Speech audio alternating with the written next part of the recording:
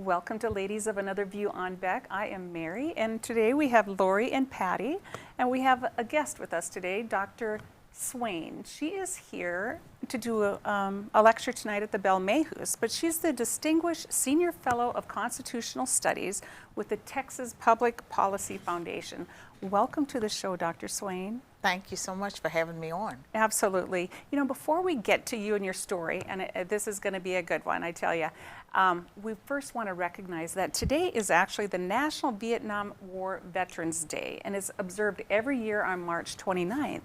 And so I just wanted to go over a few facts, things that you may or may not have known. There are 9 million Americans that were serving during that time. 6.4 million are still alive today. 2.7 million service members also served in Vietnam. There's 58,000 names are memorialized on the black granite at our nation's capital. 304,000 who were wounded. 1,253 missing in action, so MIA heroes who have not yet been returned to American soil. And I understand they're working on that a little bit with DNA. We're able to get some of that.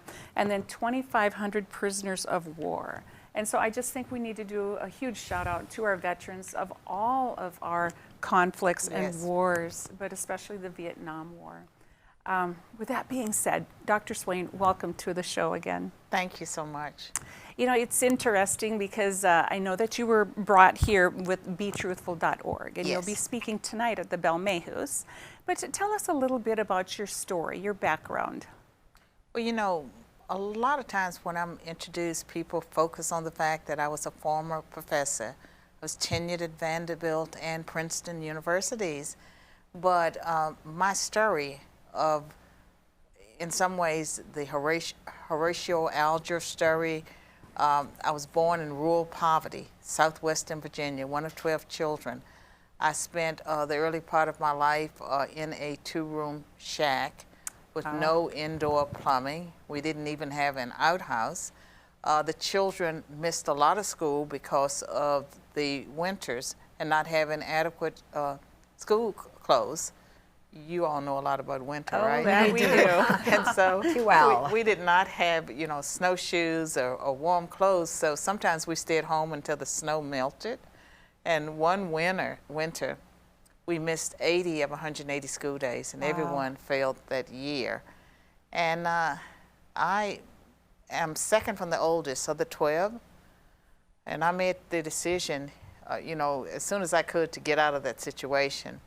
I married at 16, had my first child at 17. By the time I was 20, I had 3 small children.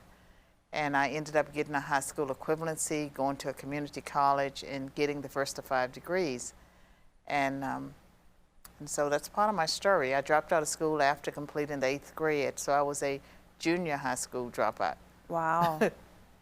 Interesting. I mean, it's just amazing to where you are today with 5 degrees.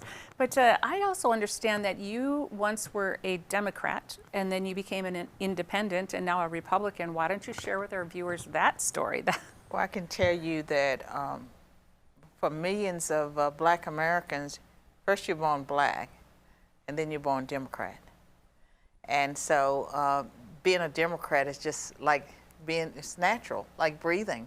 And so I was a Democrat, and I believed a lot of what other blacks believed, that the Democrats were the party of working people, that they were the party of civil rights, and that the Republicans were the party for the rich.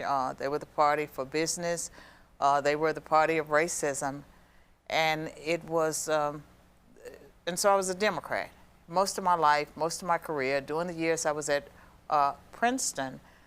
And in the late 1990s, there were some circumstances in my life that sort of sent me on the spiritual journey that took me many places. It didn't take me running back to Christianity. I didn't mention that when you're born black, you're also kind of born into a Christian family in most cases. But I ended up, as I grew in my faith and in knowledge, I became more conservative. And so first I became an independent. I was an independent for a number of years, In 2009, I became a Republican, not because I thought Republicans were perfect or they had all the answers, but they were closest to my beliefs at the time. And so I became a Republican. But before that, President Bush had appointed me to 2 political appointments, and one of those appointments was renewed by President Obama. And I can say today that I've had 3 political appointments from Democrats and Republicans. Interesting. And I love one of your stories that I had watched you on an interview, and you talked about when you were first in college, and there was like some basketball players and stuff like that. They were telling you, well, these are the professors you stay away from because they're racist. Yeah. But that you went and you took their classes.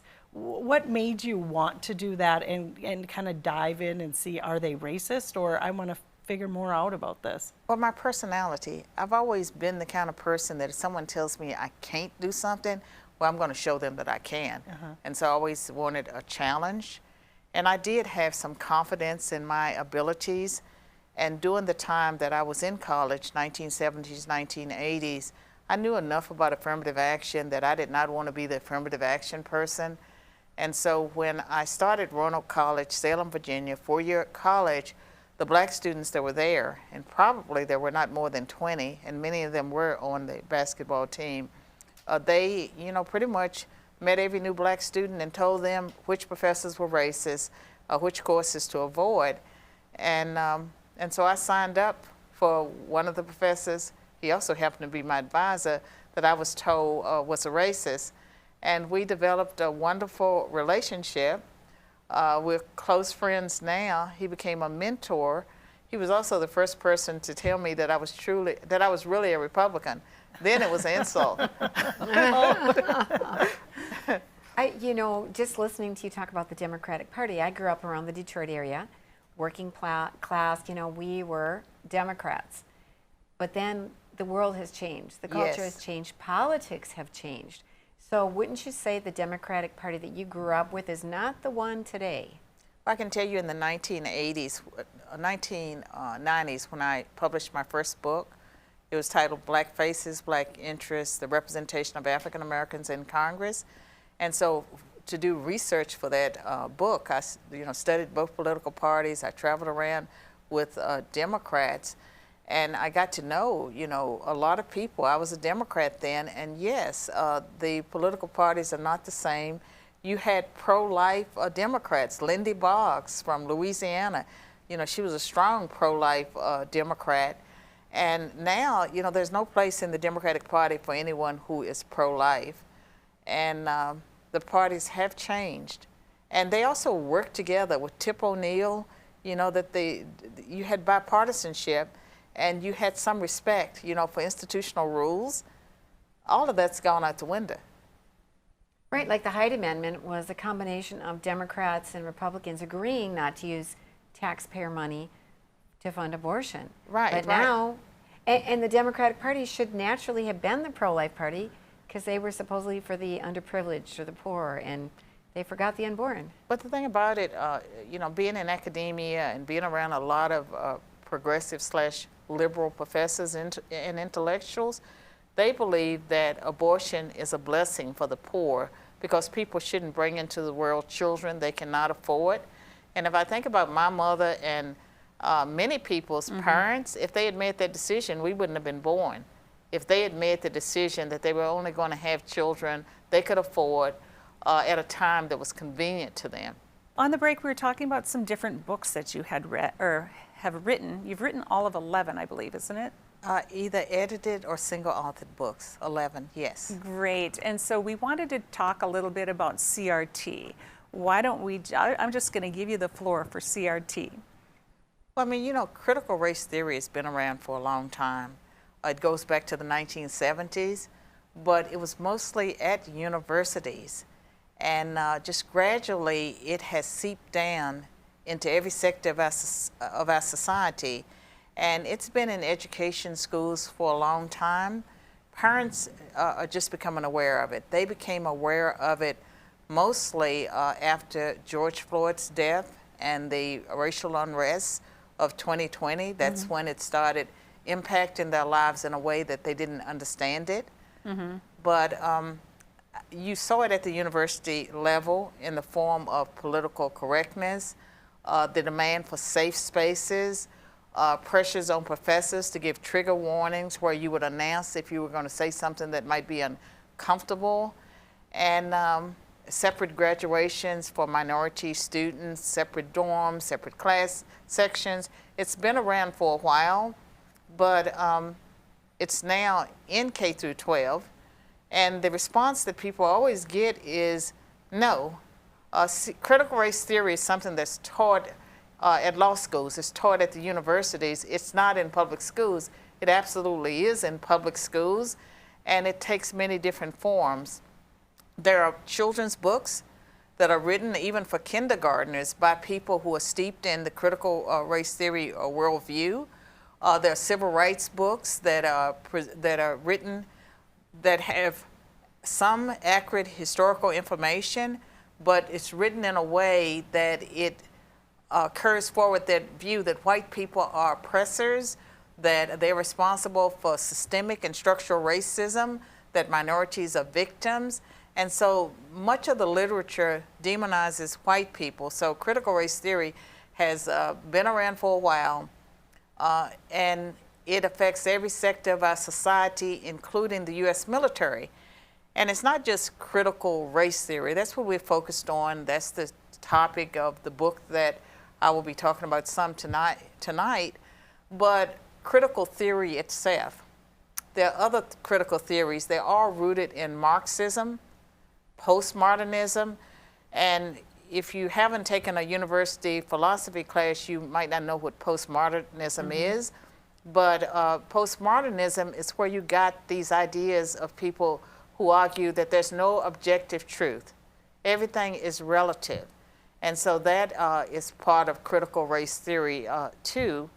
And critical legal theory that argues that the law is something that was put in place to benefit white people, and that there's this prison industrial complex, and that prisons and jails and all of this were put in place to oppress black people, and they need to be eliminated. All of that's part of critical race theory. It has engulfed our society. It's dangerous. It's racist. It runs counter to our civil rights laws and our Constitution. And people need to understand what it is, and they need to push back. Wow. And now they're saying that babies are born racist, white babies. They've been saying that for a while. Yeah, they're only focusing on white babies, and it's my understanding that that's based on a study that shows that babies prefer certain faces to others. And I say, well, think about it. If you're a baby, aren't you going to prefer the faces of the people who are feeding you and changing your diapers, the faces that you see more frequently? But they're using that as evidence of racism, and the way they want to counter it, some of the exercises would be that you would be exposing your baby to different kinds of faces, different kinds of people. You know, like, I'm not a scientist. I did stay at a Holiday Inn Express once. I'm a political scientist, but I'm not a genetic scientist. But you just think about it. If babies do prefer some faces to others, to me, it seems like that would be instinctual, that that's a way for survival. And if you think about our society, we've had so much violence and so much racial hatred. And a couple of years ago, there were some high-profile incidents that occurred where white children were murdered, you know, and they were targeted. A little 5-year-old boy, you know, pulled off his bike and killed, and by people that hated white people. And so I just, you know, whether it's black people or white people, if babies prefer certain faces to others, I think it has to do with the fact that they're going to naturally be more comfortable with the faces they see.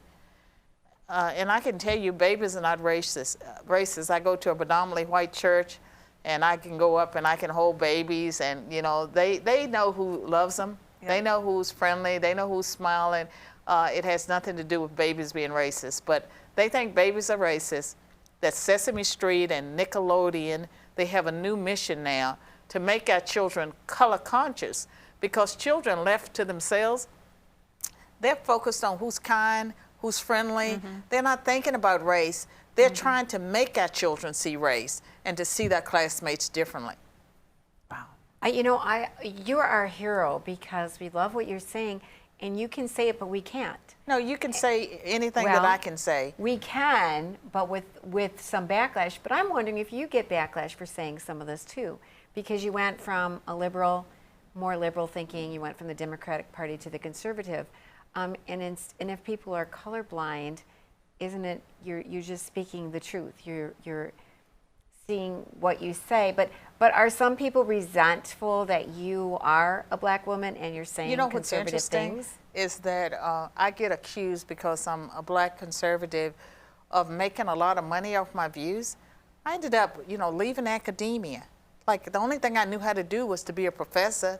I was a tenured professor, and I could have stayed there until I was 80 or 90, as long as I was able to do my work. But when I stepped away from academia, because it had become increasingly hostile, I didn't have a plan. I mean, for almost 2 years, other than me trying to make things happen through my podcasts and various things I was doing, which wasn't very profitable, I didn't have a plan. And when people see me on television, I've done tons of interviews, I've been in numerous films, I'm not getting paid to do that. I'm doing it, because I have a message, I have a mission. I hope in the future to get paid for doing more of it. But when you see someone on television, on national news, don't assume that they are getting paid for it. If they say that a person is a contributor for CNN or Fox News, then they're getting paid. For me, I don't necessarily, I've been a contributor before, believe it or not, for CNN. Oh boy. Well, hold on to those thoughts. Yeah. When you leave our show today, you're going to get a coffee mug. Why don't you give us a brief outline of that book? Well, this is the book, Black Eye for America, How Critical Race Theory is Burning Down the House.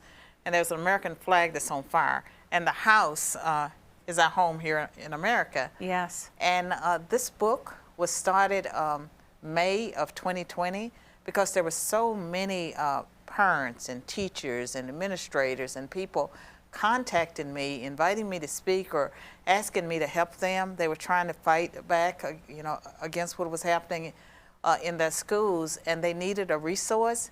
And so at first it was going to be a primer on critical race theory.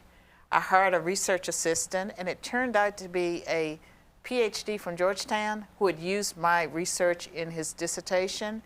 He was unemployed because he was conservative, has a military background, two small children. And so he started off as a research assistant, and we had a goal of writing a book in 6 weeks. Wow. It's self-published. And I made him my co-author because he was so good and we worked so well together. And we got that book out in August, and it has been a bestseller.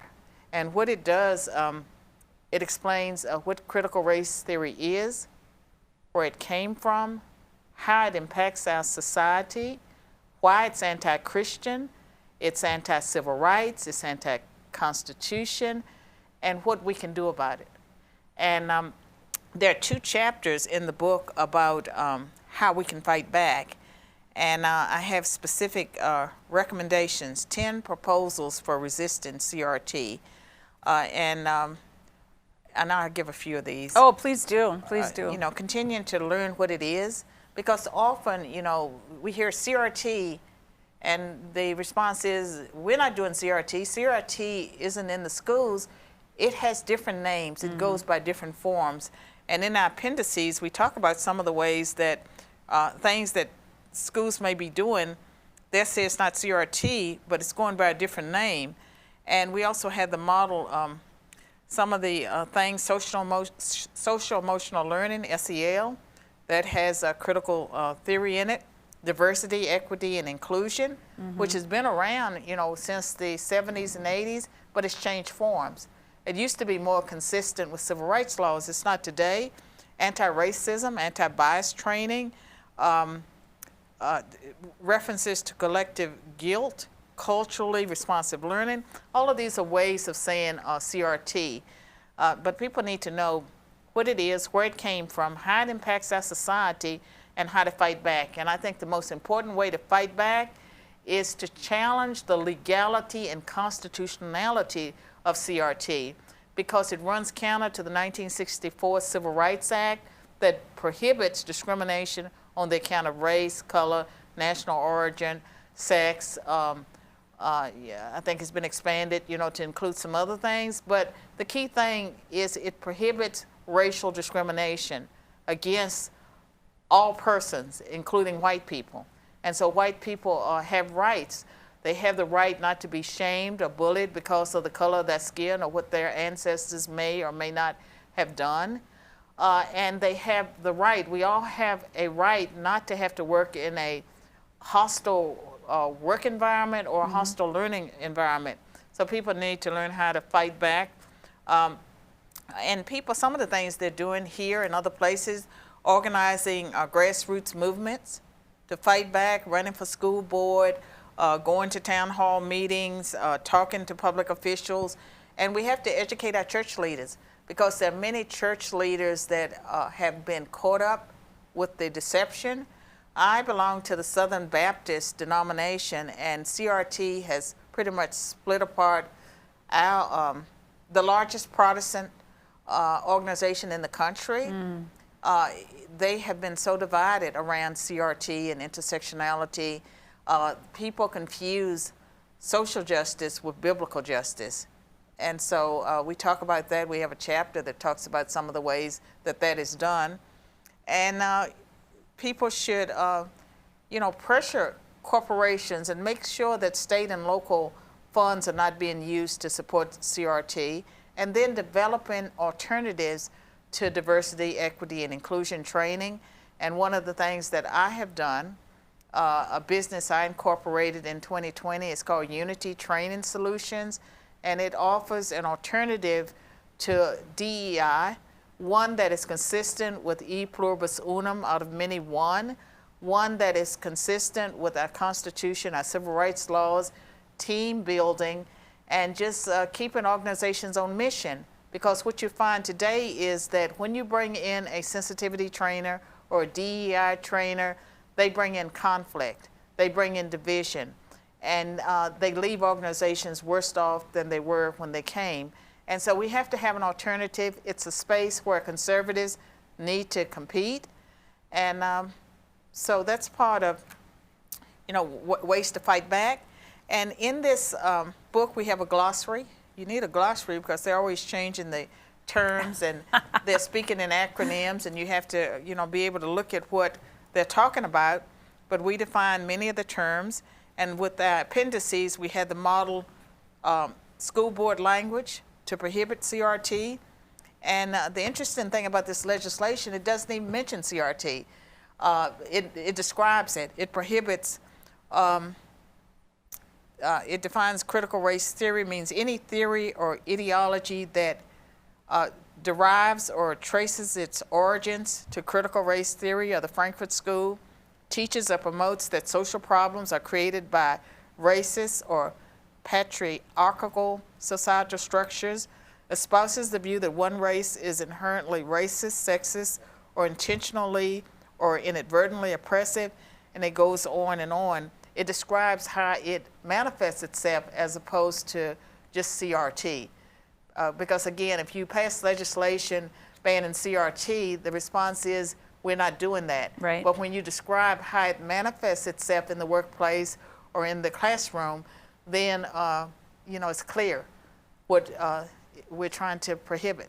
Sure. Are you making inroads? Are you getting some feedback where people who meant well, who thought this was a good thing, and then their eyes are open and they realize how destructive it is, and it stirs up racism? Well, one of the most interesting things is that some of the people who have come out against CRT are progressives. There are people who fought during the civil rights movement for equity. There are people that care about racial and ethnic minorities, and they are appalled by CRT and some of the arguments that math is racist, the efforts to segregate playgrounds and schools, and We're going backwards. Well, I always wonder, when you being a professor, when did you see the change? I mean, did you realize when it kind of shifted? 2008, because in 2009 I published another book that I would recommend to people called Be the People, A Call to Reclaim America's Faith and Promise. And at that time, the book was published in 2011. I started working on it in 2009. 78% of Americans profess to be Christian, but if you looked at the politicians they were electing and the policies, it was clear that there was a disjuncture, that people either didn't know the tenets of their faith or they did not know what was taking place in the country. So in that Be the People book, I warned about the impending alliance that the Obama administration was making with Google, because it was clear that that was going to be problematic. At that time, the Obama administration, the Pentagon wanted to set up an office of strategic deception that would create fake news for other countries. It was clear that that was very dangerous. At that time, President Obama saw it and actually got permission to assassinate American citizens suspected of terrorism. And what was troubling is that these people were, quote, suspected of terrorism. In America, you know, we believed in due process, presumption of innocence. And so once you start relaxing things, you go down a road that's hard to reverse. And what you find is that the seeds were sown back then, and then at the universities, they became increasingly more hostile, and you saw the Marxism rearing up at a level that I'd never seen before. I left academia in 2017, but it had changed to the point that it was very uncomfortable. All right, so then why don't you quickly tell us, where can we buy your books? If you don't go to the book signing tonight, where can people order your books? And then tell us a little bit about what's going to happen tonight. Okay, well, if people are not at the event tonight, they can order the book from Amazon or through my website. There is a Christian bookstore, Logos, that they can order the book from there, because there are people that would prefer not to enrich Amazon any further, or through any bookstore. Any bookstore can get the book for you. Okay. And you might go to my website, bethepeoplenews.com, click on the book link, and you can see all of my books. My books have been considered prescient. I tend to see things a little bit ahead of other people. Sure. And I have a good track record of being right. Amen. That's why we have you here.